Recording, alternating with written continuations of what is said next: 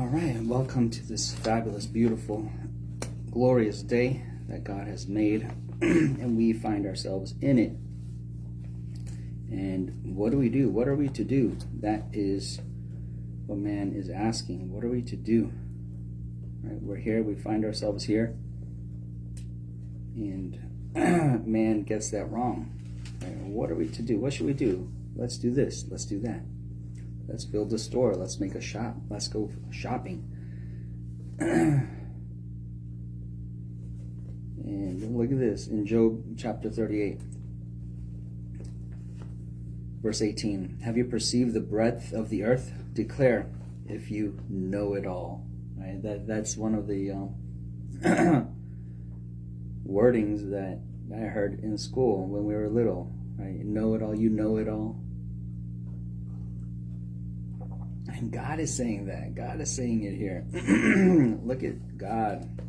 Then the Lord answered Job out of the whirlwind, right? His name is Job, but it's spelled Job. His name is spelled Job, J-O-B. Job. He has a job. He does his job. That's the man, Job, right? It's in his name. And God called him perfect. God told Satan to look at him. God brought the world to the attention, right, of Job. Look at Job. Everyone come here. Gather around Job. Look at Job. Look at my servant Job. Even when I afflict him, look at him. Right? And then even when I let Satan afflict him more and Job doesn't know what's going on, look at him.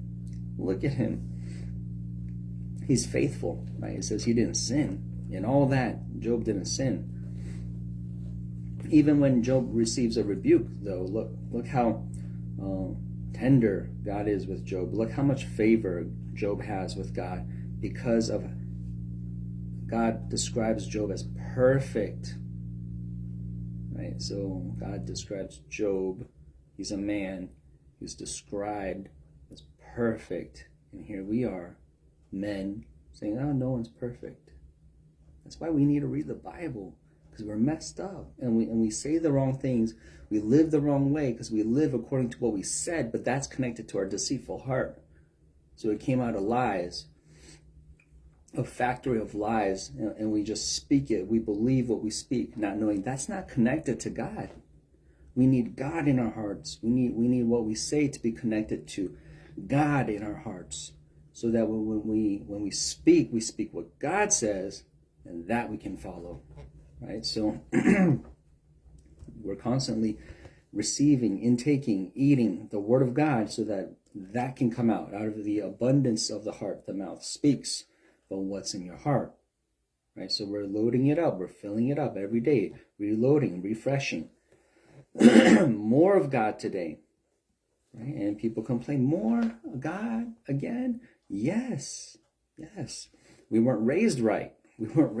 That's why we want more television. We want more pizza. We want more parties. We want revelings. We want to murder. We want to trap people, trick people. We want to be a gang member. And we want to be a band of thieves. We want to lie in wait for someone who's traveling and just jump on them, right? And get spoiled, right?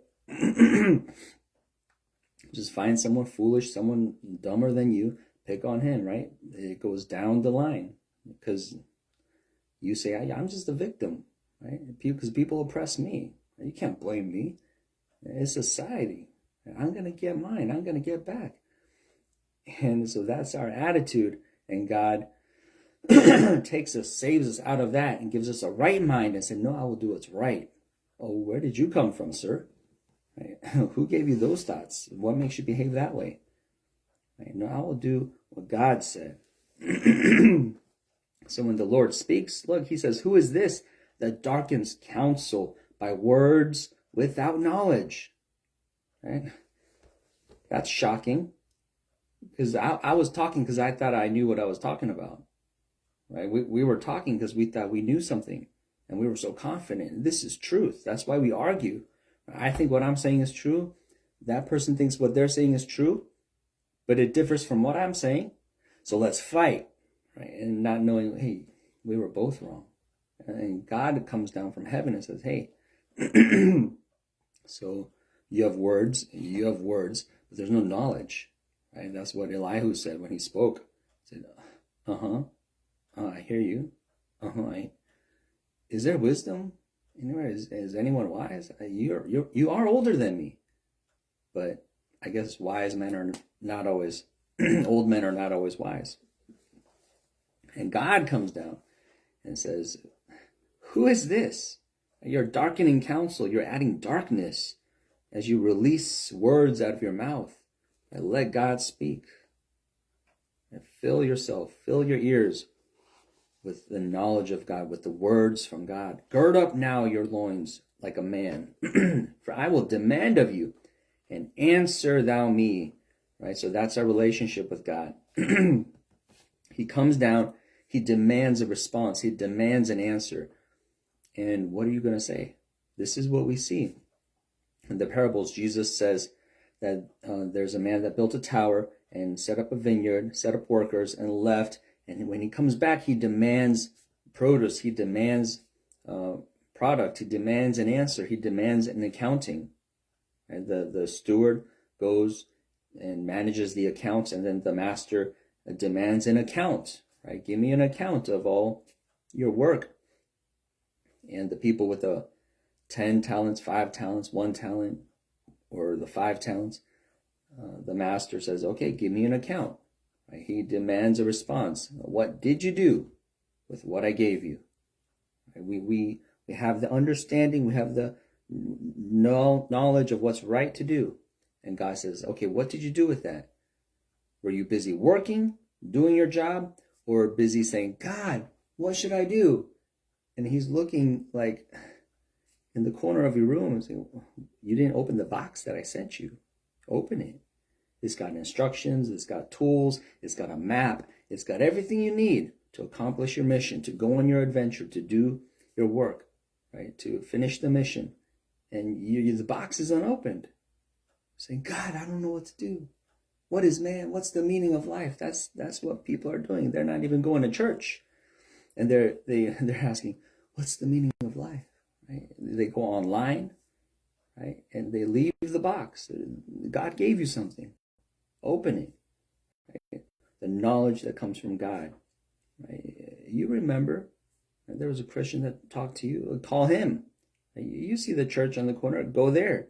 You see the cross. Yeah. You know the truth is in Jesus Christ. You go to any other book, any other name, any other philosophy, you're wasting time. You're playing games, right? I know that might be more entertaining. I know you might want to go to the arcade, to the theaters, to entertain yourself with this or that, but those are centers of distraction, and it's labeled as such. Come and be distracted. Come, and we will captivate you with colors and sparkles and explosions. And when it's all done, we'll charge you and you can go home. You lost time, you lost money, you lost life. It's not so with God. Right? We're continuing to receive life as we continue to eat these words of truth. So God says, I will demand of you and answer you me. He's the master, we're servants, and we must have a good accounting, right? We must have something to show for when he visits, or we're going to be destroyed. Right? God in the prophet says, oh, the day of the Lord, what's that to you? That's bad for you. Right? His saints, his bride, his body, it says, come, Lord, come and come quickly. It's going to be good for us. That's a good day for us. We get rewards, we get the promises, we get the promised land, we get their eternal bodies. We have so much to look forward to. Mansions and our 100-fold and the treasures that we stored up. What is it? What is it? Right? We want to know. We want to see. We're excited every day. We're not despising. We're not in despair for growing older on our birthdays. Yeah. Oh no, the big 40. Oh no. Right? The big 50. Ah. Yeah, no, don't mention it. Don't remind me of my age. Right? No. We're happy. Yes, Jesus, I'm coming. Jesus, almost there, right? Jesus, I'm still going. Right? We know where we're going. And because we're going to show, we have things to show, right? That's why we come to the light. Those that don't come to the light, they don't come to the light because their works are darkness. And they know what God's going to say about this. No, I know I do wrong, right? And you still do it. That's wickedness, right? And so God is going to come and demand that we answer in cycles and at the very end. So that's very good, right? So we're not going to be just surprised at the end. No, he did come. He did send that person to talk to you. You did hear that. You were convicted on this day, at that week, this time, right? And then he's going to leave and see, okay, how do you do with that? How well do you do with that? I'll be back, right? And are you going to have grown because you applied what you heard, what you received? Or will you, like that servant that said, I knew you were a harsh man, so I just hid it. I didn't do anything with it. Here's what you gave me, exactly how you gave it to me. You think that's what I'm doing?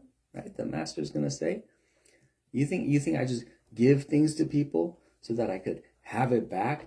Right? Why would I give it to you? I should just keep it if I'm just going to have what I had.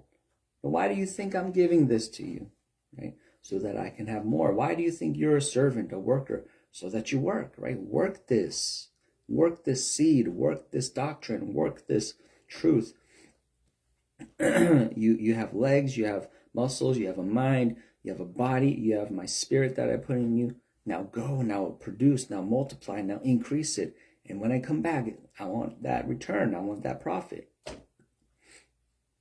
So we're busy, excited, joyful, because we put it to work and we see, oh, this is good, this works, right? The disciples were sent out by Jesus Christ. They come back saying, Jesus, it works.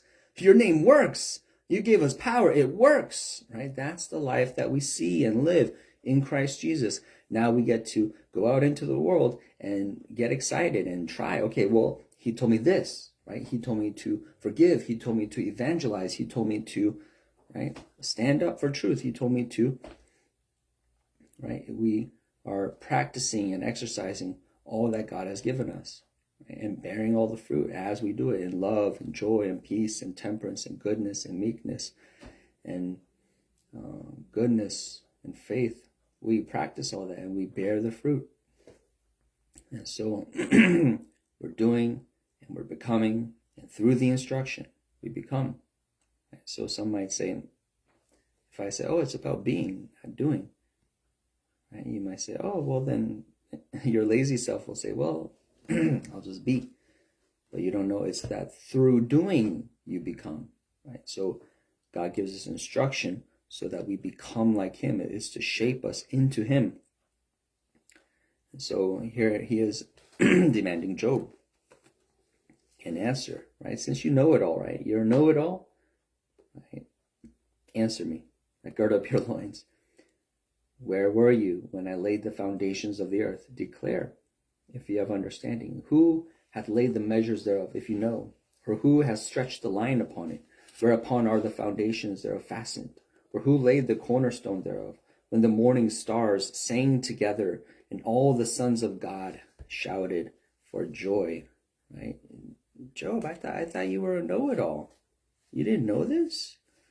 Right? God is so glorious. He reveals truth to him. He says, oh, you don't know, but in that he's increasing Job's knowledge, right? Psalm 50. But unto the wicked, God says, what have you to do to declare my statutes, or that you should take my covenant in your mouth, seeing you hate instruction and cast my words behind you? When you saw a thief, then you consented with him. You agreed with him and have been partaker with adulterers. You agree with the thieves. You do what they do. You agree with those that live in wickedness and in sin, and you do what they do, and you celebrate their works. And you're on social media. You're all connected. You all like each other. You're all friends with each other.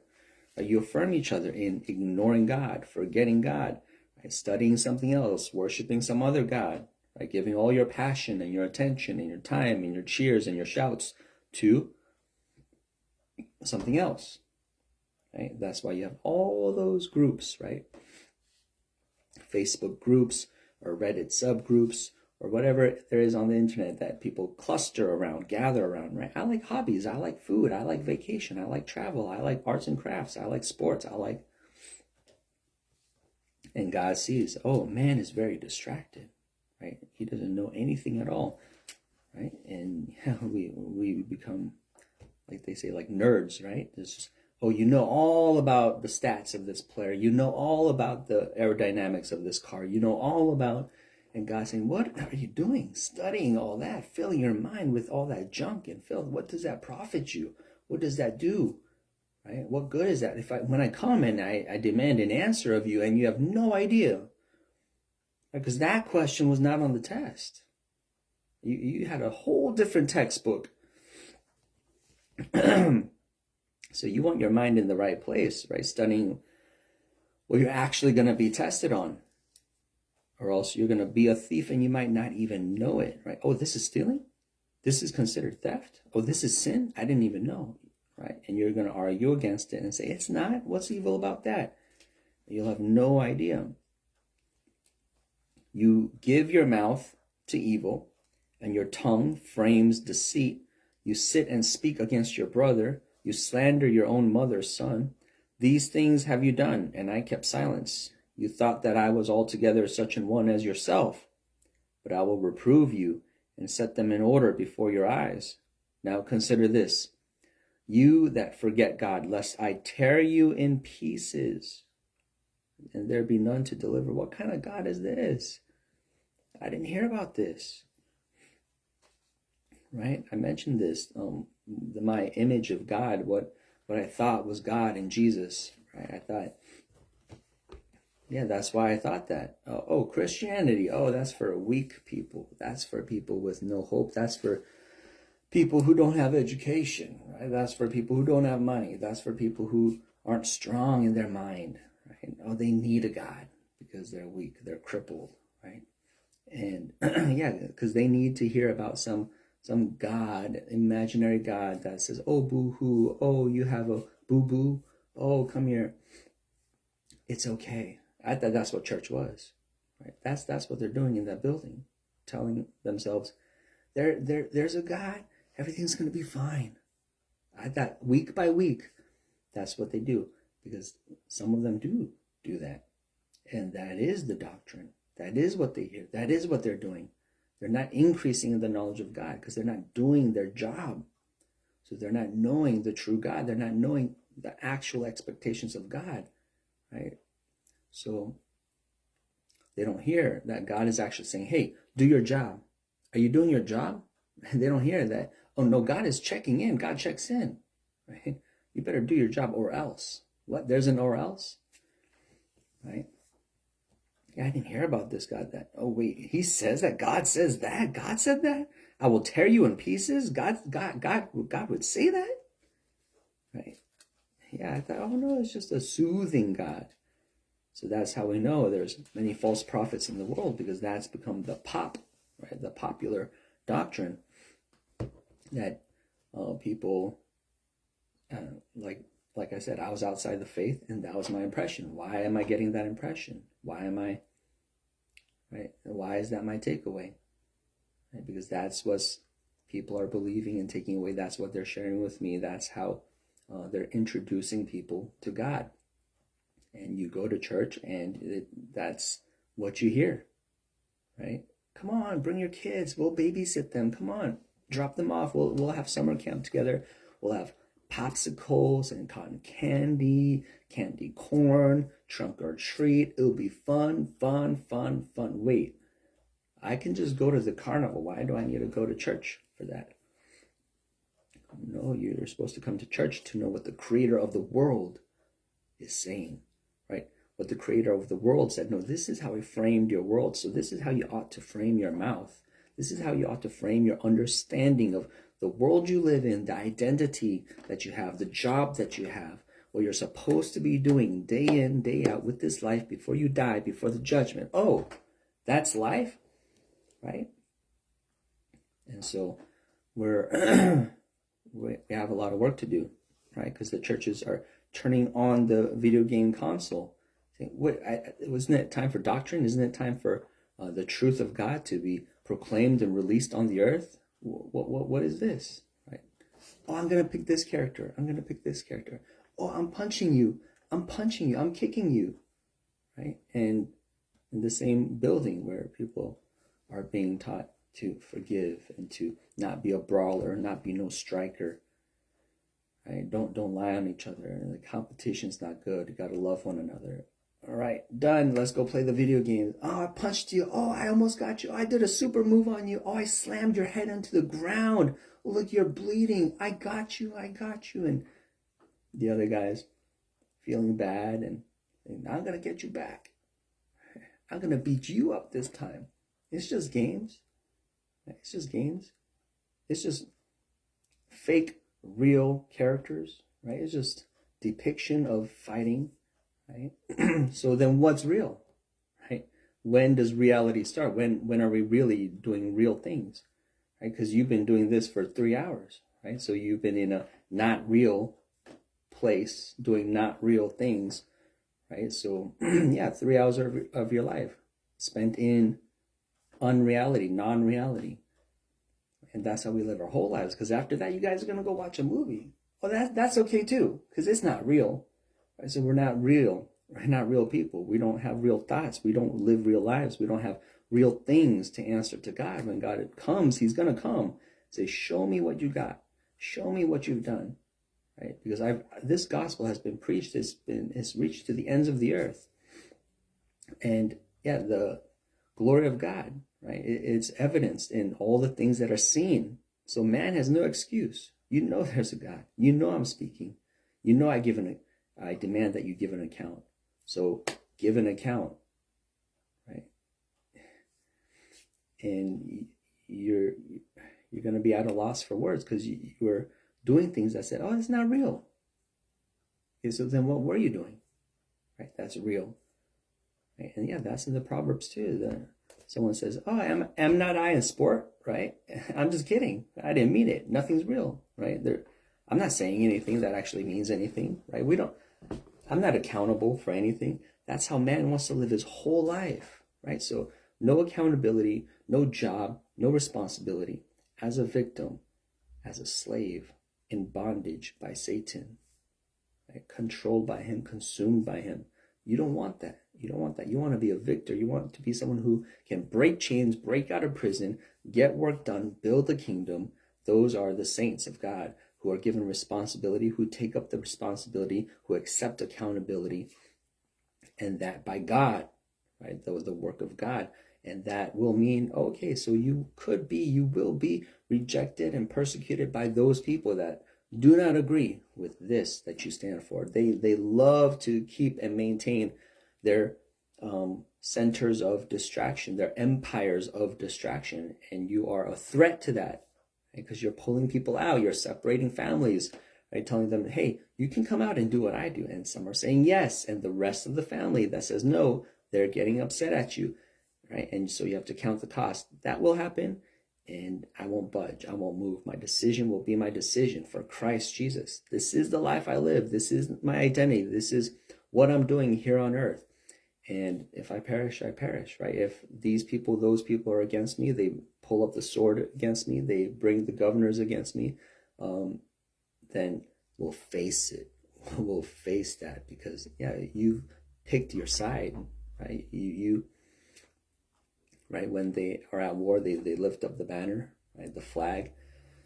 This is this nation. This is the Christian nation. This is what we do, right? We stand for God, right? We live for God. And so day and night, we're concerned about the things of God. What is God saying? What does God require of us? We're not being distracted. We're not being in the world or of the world. Right? We're in the world just to invade, right? Just to bring others out, right? So that they too can be cleaned up and in their right mind. Right? So yeah, before they were demoniacs, they were dead. But now they can be in their right mind, sitting upright, right, clothed, saying, I got work to do, right? And we can get started in Jesus' name.